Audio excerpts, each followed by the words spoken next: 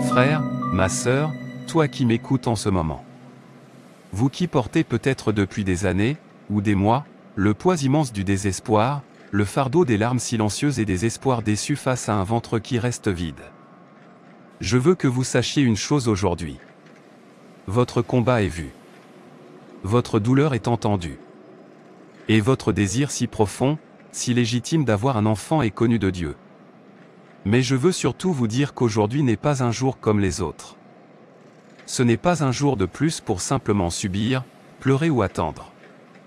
Aujourd'hui, c'est le jour où nous nous levons ensemble dans la foi. C'est le jour où nous décidons de ne plus être des victimes passives d'une situation, mais de devenir des combattants et des combattantes dans la prière. Aujourd'hui, c'est le jour où nous nous levons pour déclarer la guerre, dans le monde spirituel, à ce que la Bible peut nous présenter comme l'esprit de stérilité, et pour réclamer avec autorité le miracle que Dieu, dans sa bonté, promet à ses enfants. Restez avec moi.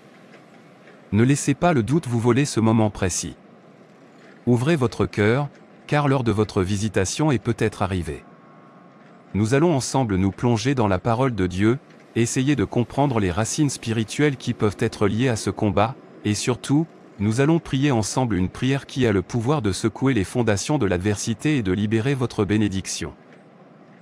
Avant de nous lancer dans le combat spirituel, il est essentiel de bâtir notre foi sur le roc solide de la parole de Dieu.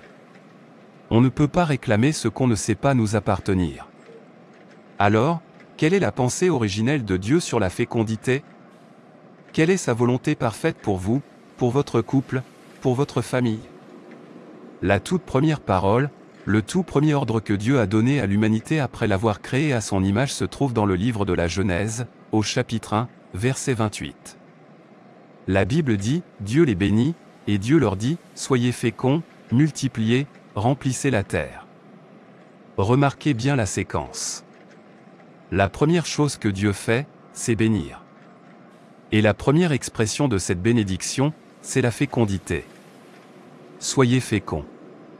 Ce n'était pas une suggestion, ni une option. C'était une bénédiction commandée, une instruction divine, une part entière du plan parfait de Dieu pour l'homme et la femme. Dans cette perspective, la fécondité n'est pas qu'une simple capacité biologique, elle est une bénédiction divine originelle.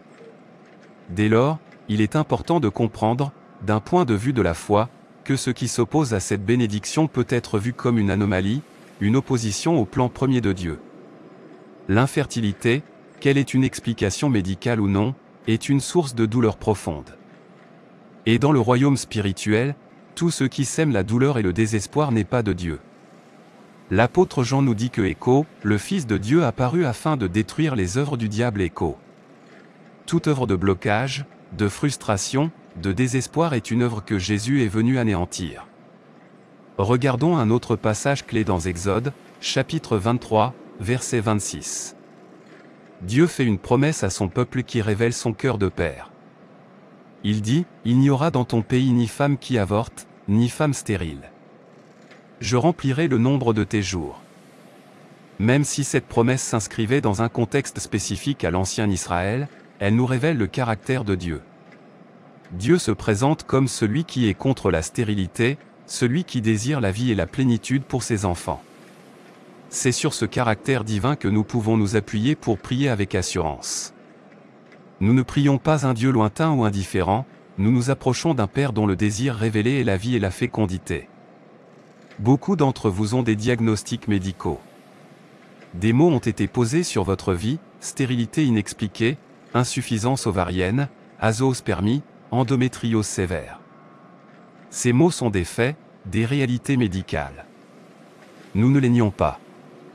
Mais la foi ne nie pas les faits, elle les soumet à une vérité supérieure, la vérité de la parole de Dieu. La science décrit une situation, mais Dieu a le pouvoir de la changer. Le rapport du médecin est une information, mais la parole de Dieu est une déclaration de puissance créatrice. Aujourd'hui, nous allons choisir de placer notre foi, non dans le rapport de l'homme, mais dans la promesse de Dieu. Cette stérilité a souvent des causes physiques et médicales, et il est sage et juste de consulter des médecins et de suivre les traitements appropriés. La foi et la médecine ne sont pas ennemis. Mais la foi nous enseigne que, parfois, au-delà du visible, il peut y avoir des forteresses spirituelles, des blocages qui ne sont pas du domaine médical. C'est ce que nous appellerons ici l'esprit de stérilité. Ce n'est pas pour créer de la peur, mais pour donner une cible à votre prière. C'est une façon de nommer l'opposition spirituelle à votre fécondité, qu'elle se manifeste par des défis médicaux, des cycles de déception ou des blocages qui semblent inexplicables. Et la bonne nouvelle, c'est que tout ce qui a un nom doit se plier devant le nom qui est au-dessus de tout nom, le nom de Jésus-Christ. Vous n'êtes pas seul dans ce combat. La Bible est remplie d'histoires de femmes et de couples qui ont traversé la même vallée de larmes que vous. Leurs histoires ne sont pas là pour nous décourager, mais pour être des flambeaux d'espérance, pour nous montrer un chemin de victoire possible par la foi et la persévérance. Regardons-les, non comme de simples récits, mais comme des sources d'inspiration pour votre propre miracle. L'histoire de Sarah, l'épouse d'Abraham, est sans doute la plus connue. Elle est le symbole de la stérilité qui dure. La Bible nous dit dans Genèse 11 que Saraï était stérile, elle n'avait point d'enfant. Pendant des décennies, elle a porté cette douleur. Dieu avait promis à Abraham une descendance immense, mais l'utérus de Sarah restait fermé. Les années passaient, son corps vieillissait. Le diagnostic de l'époque, basé sur l'observation, était sans appel, c'était fini. Son cycle menstruel avait même cessé. Humainement, biologiquement, c'était impossible. Et c'est là, au point de l'impossibilité totale, que Dieu intervient. Dans Genèse 18, Dieu réaffirme sa promesse, l'année prochaine, à cette même époque, Sarah, ta femme, aura un fils. Que fait Sarah? Elle rit. Un rire de doute, d'incrédulité. Maintenant que je suis vieille, aurais-je encore des désirs? Mon Seigneur aussi est vieux. Sa réaction est si humaine, si compréhensible. C'est peut-être votre réaction aujourd'hui. Vous avez tellement espéré et prié que vous n'osez plus y croire. Mais la réponse de Dieu est la clé pour votre percée. A-t-il rien qui soit étonnant de la part de l'Éternel? Genèse 18h14. C'est la question que le ciel vous pose aujourd'hui. Y a-t-il un diagnostic trop compliqué pour Dieu? Un utérus trop âgé? Un nombre de spermatozoïdes trop faible? Y a-t-il quoi que ce soit de trop difficile pour le Créateur de l'univers? La leçon de Sarah est la suivante, votre foi n'a pas besoin d'être parfaite. Même au milieu du doute, accrochez-vous à la promesse de Dieu, car sa puissance aime se manifester là où notre force s'arrête. 1 an plus tard, contre toute attente, Sarah tenait Isaac dans ses bras, et son rire de doute s'était changé en un rire de pure joie. Passons à l'histoire d'Anne, dans le premier livre de Samuel. Anne était stérile, et sa rivale, Pénina, qui avait des enfants, la provoquait et l'humiliait constamment. Chaque année, la situation était si douloureuse qu'Anne pleurait et ne mangeait plus. Reconnaissez-vous cette souffrance? La peine des réunions de famille, les questions maladroites, ce sentiment d'être incomplète. La Bible dit avec justesse qu'elle avait l'amertume dans l'âme. Mais que fait Anne avec son amertume? Elle ne la laisse pas la ronger de l'intérieur. Elle prend sa douleur, ses larmes, son cœur brisé, et elle les déverse devant Dieu. Le texte nous dit qu'elle pria l'Éternel et versa d'abondantes larmes. Sa prière n'était pas polie. C'était un cri du cœur, si intense que le sacrificateur Élie a cru qu'elle était ivre. Non, mon Seigneur, répondit Anne, je suis une femme qui souffre en son cœur, mais j'ai penché mon âme devant l'Éternel. 1 Samuel 1h15. Voilà une deuxième clé pour vous, l'épanchement de l'âme. Dieu ne cherche pas de belles prières, il cherche des cœurs vrais. Lui avez-vous déjà tout dit? Votre colère, votre jalousie, votre sentiment d'injustice, votre plus grand désespoir? Anne fait un vœu, et le sacrificateur Élie lui dit alors, va en paix, et que le Dieu d'Israël exauce la prière que tu lui as adressée. La Bible nous dit qu'elle s'en alla, son visage n'était plus le même, et elle mangea. Le miracle n'était pas encore visible dans son corps, mais il avait eu lieu dans son cœur. Elle avait laissé son fardeau à l'autel. Et peu après, elle conçut et enfanta Samuel. Votre miracle commence souvent par ce changement d'attitude, par le choix de faire confiance à Dieu avant même de voir le résultat. Enfin, regardons Élisabeth, la mère de Jean-Baptiste. L'évangile de Luc nous dit qu'Élisabeth était stérile et qu'elle et son mari, Zacharie, étaient tous deux avancés en âge. Mais le verset précise une chose essentielle à leur sujet, tous deux étaient justes devant Dieu, observant d'une manière irréprochable tous les commandements du Seigneur. Leur histoire nous enseigne une leçon puissante sur la persévérance dans la foi, même quand la promesse tarde. Pendant des décennies, ils ont servi Dieu fidèlement. Pendant des décennies, ils ont prié pour un enfant sans voir de réponse.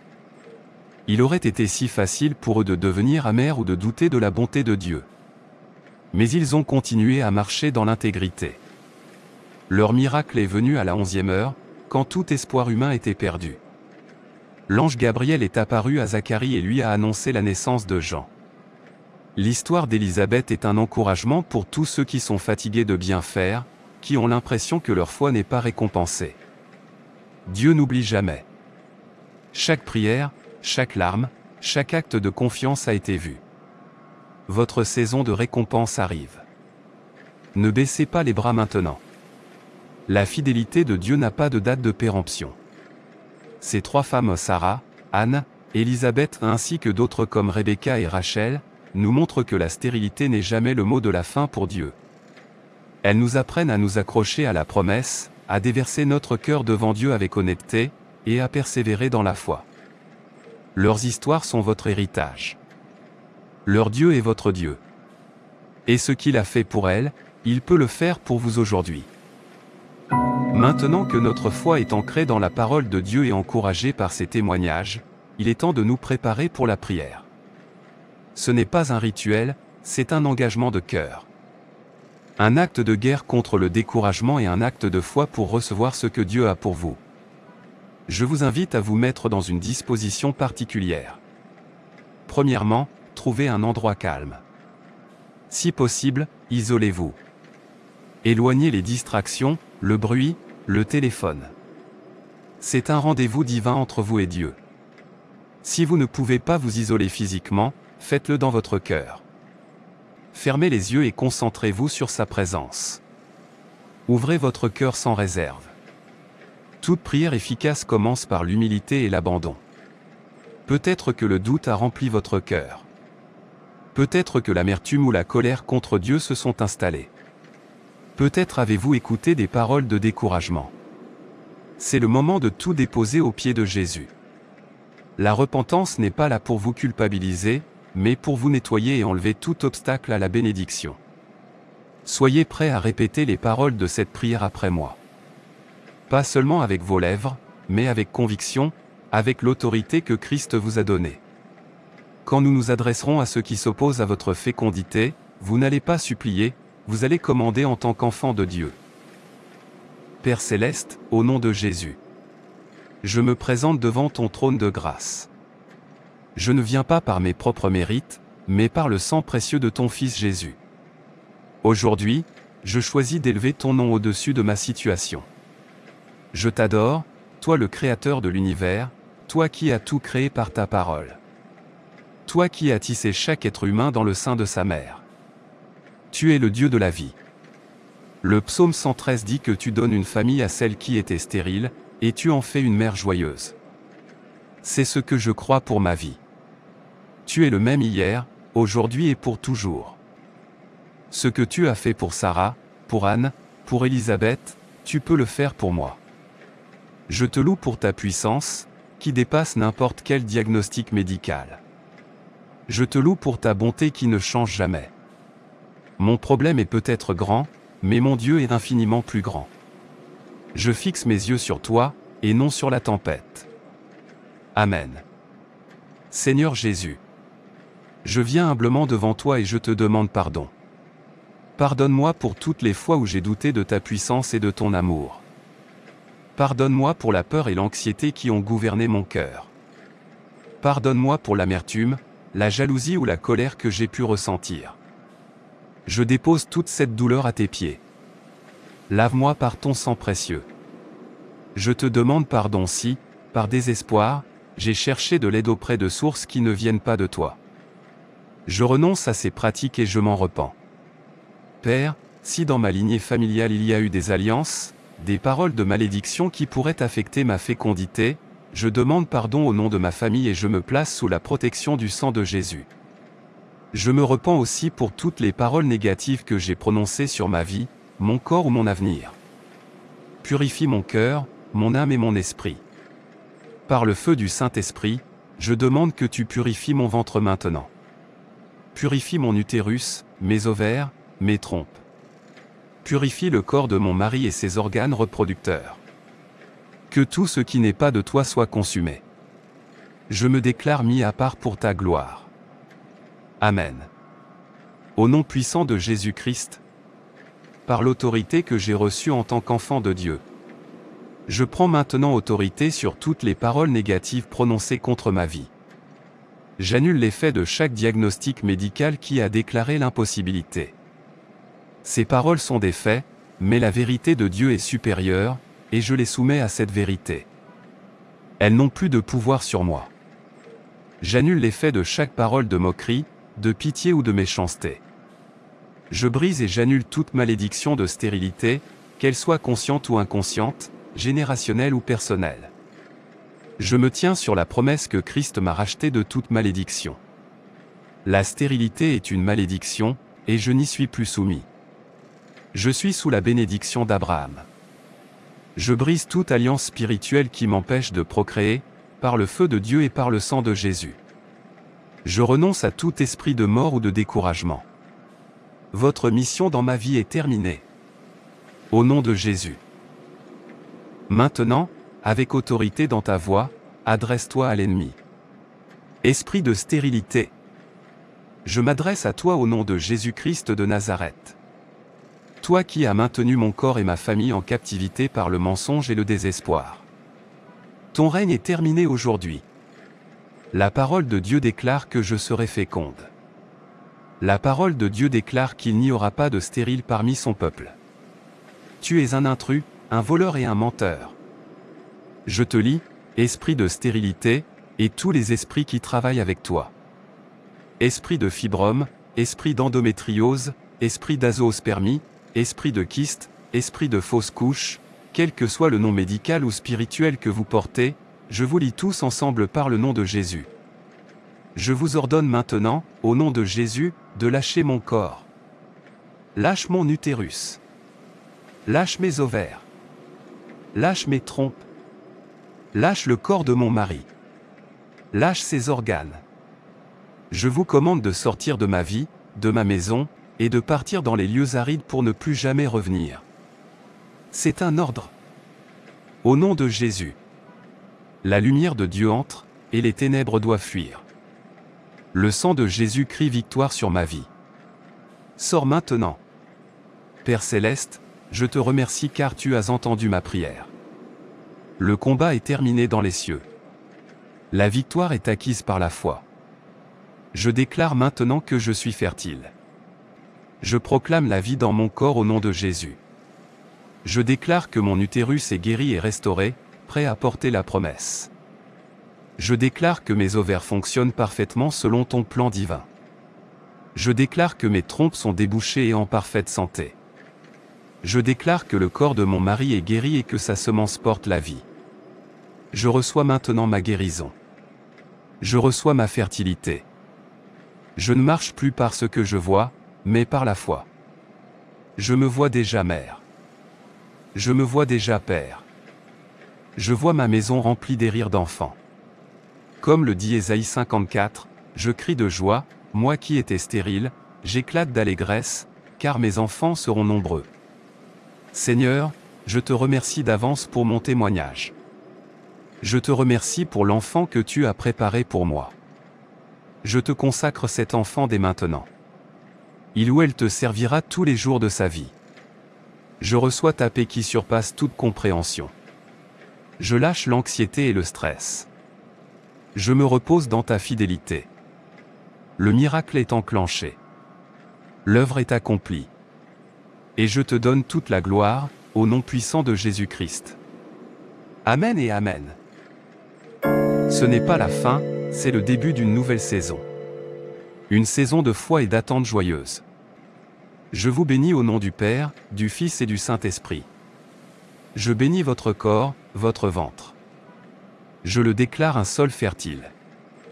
Je bénis votre couple et votre foyer. Je déclare que la saison des larmes est terminée et que la saison de la joie commence. Que l'Éternel se souvienne de vous comme il s'est souvenu d'Anne. Qu'il vous visite comme il a visité Sarah. Et que vous portiez bientôt dans vos bras le fruit de cette prière. Maintenant, j'ai 3 choses à vous demander. Premièrement, ne laissez pas cette prière être un événement isolé. Faites-en une routine. Réécoutez-la. Laissez ces paroles de foi laver votre esprit de tout doute.